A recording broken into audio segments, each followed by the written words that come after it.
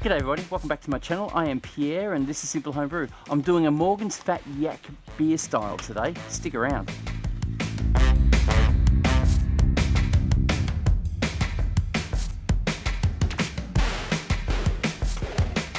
So what I've got is a Fat Yak beer style, of course. I discovered this Fat Yak beer. I went for a trip to Sydney, would you believe, many years ago before I was brewing, and got a beer from a bar across from the Sydney Harbour, and they said, what would you like? And I had a choice between just a VB, a couple of other different beers, and they said Fat Yak, and I said, oh, I'll give it Fat Yak a go. And from there I realised how good craft beer can be. It was a hoppy flavoured beer. I'd never tasted a hoppy flavoured beer before, and it was extremely enticing. So today I'm doing a Morgan's Fat Yak style beer. This beer is something that I'm looking forward to having a go at and having a look at. Very easy to do, and of course I now have my Titan, my Apollo Titan, so I'm really looking forward to being able to do all the process of making this beer in the one vessel, which is great. So guys, let's get started. As it stands, we're not going to take too long doing this. I basically have already heated the hot water, so I've got about 2 litres of hot water. First I'll put the pots in. I've got my 2 jugs. Now at the start of the video you saw what they were. We don't use the yeast, we get rid of that. It's gone. It's stuck to don't worry about it. It's Pacific Pale Ale. That's 100% malted barley, and extra pale ale, master malt one. It's just pale ale all round, and they're getting put in a bath of hot water for about 15 minutes just to soften them up. It is a warm day today, and that doesn't matter. We want to soften this up anyway to make it easier to pour. That's done. Oh, by the way, I have a Camden tablet here I've dissolved in hot water. This beauty is, well, half a Camden tablet. I don't use a full Camden tablet, it's not required. If you are new to brewing, with your tap water you have chlorine and chloramine and all the chemicals they use to purify the water. It's clean, beautiful water, full of oxygen, but the problem is it has chlorine and chloramine in it that you don't want in your beer. So what the Camden does is neutralises it. So you use a half a Camden tablet for about 20 litres and you're on it. So I put my little yellow lid on there. I'll pop that aside just to let that warm up. Get that out of the way in a corner. Kept the Camden tablet on top of that to keep it way down. I now have to set up my fermenter. Now the good thing about my Apollo, guys, is it's made of stainless steel, so I can pour pure hot water in this without damaging it, which is ideal for what we're doing. I have completely cleaned this, sanitized it. There is full on sanitizer on that. Bear with me, I've got to turn this off, hang on. That's better. How's that? Is it better? I've got a Keg King keg washer. If you saw a video I did, it was a quick shorts video complaining about the Kegland keg washer. They kept playing up, giving me a hard time. I had enough. Keg King saw the video and said, you look like you need a new keg washer. How about we throw one your way? And I said, thank you very much, Daniel, for supplying this free of charge for me to play with and try out. And I might do a future video on it. If you want to know more about it, there's a link up here. Daniel has an assembly video he did a couple of years ago on it. I think it's going to benefit my brew shed and make my job a lot less stressful. Cheers! Anyway, I'll take this out. I need to empty my sanitizer out. Where's my funnel? Just to get rid of the excess sanitizer.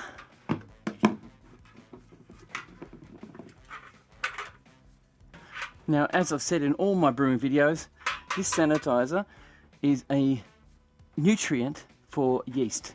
It doesn't matter if it gets in your brew.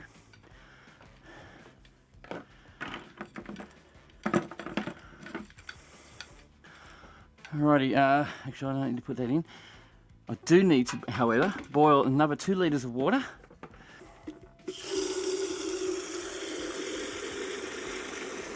Alright, so the hot water's on. We'll be back in a minute. So while that kettle's boiling, I thought in between this video, I'm going to have a beer. I do like Guinness, and there's a Guinness draft stout that I want to try. I mean, you know, I just want it. I went to Aldi today to get some instant pizzas, for lunch for me and my family, and saw these sitting there. I thought, I'm going to grab myself a couple of cans. So that's what I'm doing. Also, the glass today has been sponsored by Beer Co. Thank you guys for giving me this glass in the last shipment I ordered from you. Very nice of you. I don't know if you guys know it, but I had a glass from Goodland Brewing Co. that they gave me, and I bloody broke it, didn't I?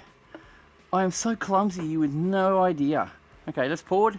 There's my Guinness. Now, we all love a good cascade, don't we?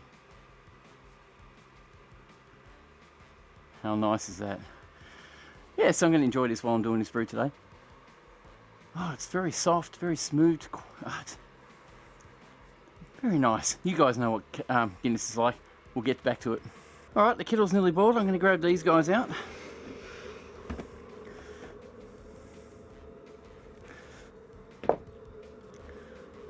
They're nice and warm now, so I'll pop them up onto my little platform here. Get rid of the hot water because it's going to cause some issues. I need to now open these cans, but I still need to pour in my Camden, my half Camden tablet, which I'll do now. That's done. There's nothing left on the bottom of that. And the hot water, I'll put that in a sec, as soon as it's finished boiling. Right, here we go. You ready?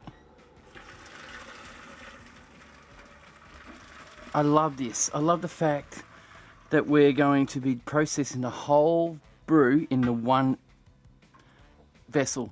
It used to be a big stainless steel tin I used to use, a big pot, then mix it in there because I didn't want to put it in a plastic vessel. Now I don't have to worry about it. So we've got our hot water and half Camden tablet in our vessel. We now need to open our cans and start placing our extract in. I like this can opener. It actually opens it cleanly right on the edge of the actual seam, which keeps it a little bit safer, I would say. There's not very many sharp edges on it, so it's done the trick many times before. Look at that, very nice. I'll pop that on there if I can. Hope you don't mind. I do videos all the time like this. I need my not sanitized product. How am I going to do this? I haven't got a sprayer at the moment. I'm out of a sprayer. So everything I've got needs sanitizing the hard way. I do have sanitizer in a container over here, so I'm going to fill that little container up and use that and splash it on it. That should be enough to sanitize stuff. Even though it's hot water, it's probably not going to harm anything anyway. I'm always being cautious. So it's a beautiful day today. 20 odd degrees today, 24, 25 degrees Celsius. It's just beautiful. I've been doing a lot of work out here, distilling and making stuff. It's been a great day, I'll be honest. I'm really enjoying myself today. So that's all nicely sanitized. This is our warmed up, what do you call this? Extract. I'm just going to pour it all in. And I did pour it all over the spoon, didn't I? Scrape out the excess, as you do. You guys I know have practiced this before, and those of you who haven't, this is how you do it. It is fun, and you get great results from extract. It's not like all grain brewing. All grain brewing, I can tell you now, is fresher. It just tastes better. The best way I can explain comparison between all grain and extract is you've got, Deb potatoes. I think some of you do. Dead potatoes, or if you cook potatoes overnight and have them nicely cooked, ready for mashing, and heat them up the next day, there's this flavour that they have. It's kind of like when it heats up, it cools down, it changes the flavour profile of that potato. And I'll tell you now, it happens with extract as well, because they have to dehydrate this to make it a extract or a molasses. So they're obviously heating it up, or somewhat to dry it out, they're heating it up for sure. Now I'm not going to use this extra little bit of stuff anymore. It's just not needed really. I used to say, oh, it's all this extra fullness and beautifulness and all that. Yes, it is very nice. Oh, whoops. But I think it's better not to do it. So another good thing about doing it like this, and now I'm going to make a mess. Would you believe it? I mean, you guys do this, don't you? I don't want to wipe it because I don't want to get it contaminated. Okay. The other good thing about using extracts instead of powdered stuff, I mean, it can get messy, but you don't really have to use hot water at the start. Honestly, you can just do this. If it's a warm area and warm climate you're in, that will work. Now I need to take that off because it's going to stick on everything. That's a bit of a mess, sorry. So I'm looking forward to this one. I do not mind a beer like this. I'm just hoping it comes out good. I mean, I'm getting better at brewing, and most of my beers are starting to taste good. I did have a few dramas just recently with a beer, but that's, you know, just stupidness, me making mistakes. Just quick, cheers, guys.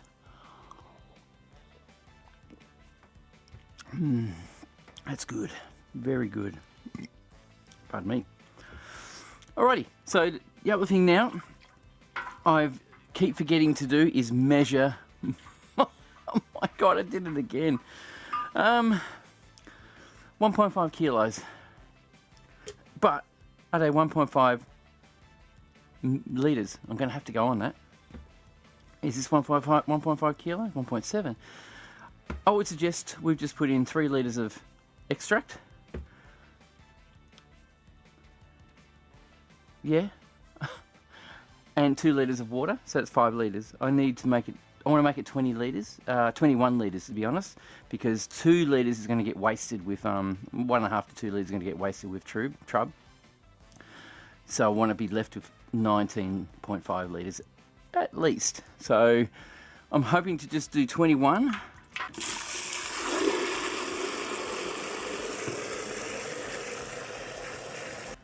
Ha, 2 litres. And that's 2 litres, so that gives me 21 litres. Now, the reason why I'm doing 21 litres is because they say to do it to 23 litres. 2 litres goes to waste every time. So I'm going a bit less. It will give me richer flavour, which I don't mind. And create a luscious flavouring in the beer. I don't want to be perfectly accurate, I just want to be like it. And that's what styles are like. It's style, it's not exactly the same as what it's meant to be.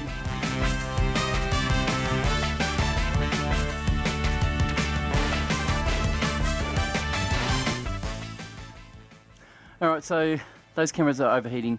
I need to give them a rest. I haven't been at it long, but it is very hot. So what I'm going to do is just have another Guinness. And just enjoy a bit of a break. That can sit there waiting until I have my beer. So I will just lounge around, wait for 15 minutes, let these cameras cool down, and I'll record the rest. I'll see you soon. It's going to take 5 more minutes. These cameras are going to overheat again. I just want to get this done. So basically what we're doing is fermenting this at 20 degrees or 21 degrees. I'm going to put it in the house to ferment there so it doesn't get too hot in here. Because it's going to get too hot in here, and I'm using the fermentation fridge for a apple cider that I want to try out soon. We do have hops that we still have to put in. I'll show you in that camera. We do have hops that we need to put in. I'm tripping over a chair. You have Cascade, Nelson Sauvin, and Nelson Sauvin. So these all go in at day 4. It's about adding flavour and aromas to it rather than anything else to give that flavouring through the whole thing. Once that's done, we're going to leave it for another 12 days, kind of, until it's finished fermenting anyway. And then we'll keg it. So I'll see you then. I forgot, didn't I? I have a spundy that I need to put on to protect the unit or the vessel. This is from Key King as well. It's a really good little invention. It's tiny, fits everywhere. And you put it on your gas line to basically I just dipped it in sanitizer. I dipped the base in sanitizer. You put on your gas line. The gas line it's just a gas line. On the other side is your beer line. You don't want to put it on that because fluid will come out, and that's not a thing you want to do. I set this up at a low pressure at the moment, 2 psi, something like that, just to let the pressure out, let the esters out, some of the bad esters out. After about 2 days, 3 days, 2 days, 2 days will happen because it's pretty warm. I will close the valve and bring it up to about 10 to 15 psi to carbonate it naturally. It saves me a lot in CO2 when I do that. So we're going to wait for 4 days. I'm going to add our hops and we'll see you then. Cheers.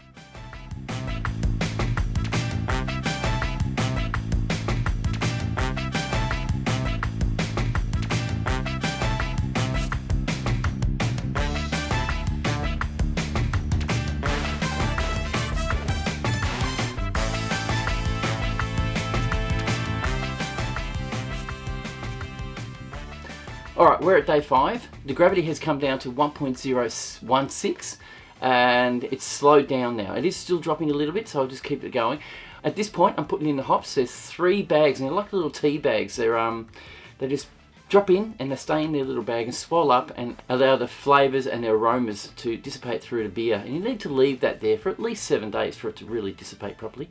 So after I've done this, after this is finished fermenting, I'm going to do a taste test in another video and hopefully it'll be beautiful. So please look out for that. I'll put a link here once it comes in, and looking forward to tasting it. Looks like it could be a good one. So thank you guys, thanks for watching, thanks for subscribing. Thank you to my Patreon members who support this channel big time. Without them I wouldn't be able to buy these products to showcase on this channel. And you guys who support me on YouTube, thank you very much, which is YouTube members. And thank you to everyone else who supports this channel by watching it till the end and giving me an absolute great thumbs up. That's what we're looking for, is a thumbs up and a watch. Let me know how you go. Let me know if you've done this one before and let me know what you think. Cheers guys, we'll see you in the next one. Have a great one.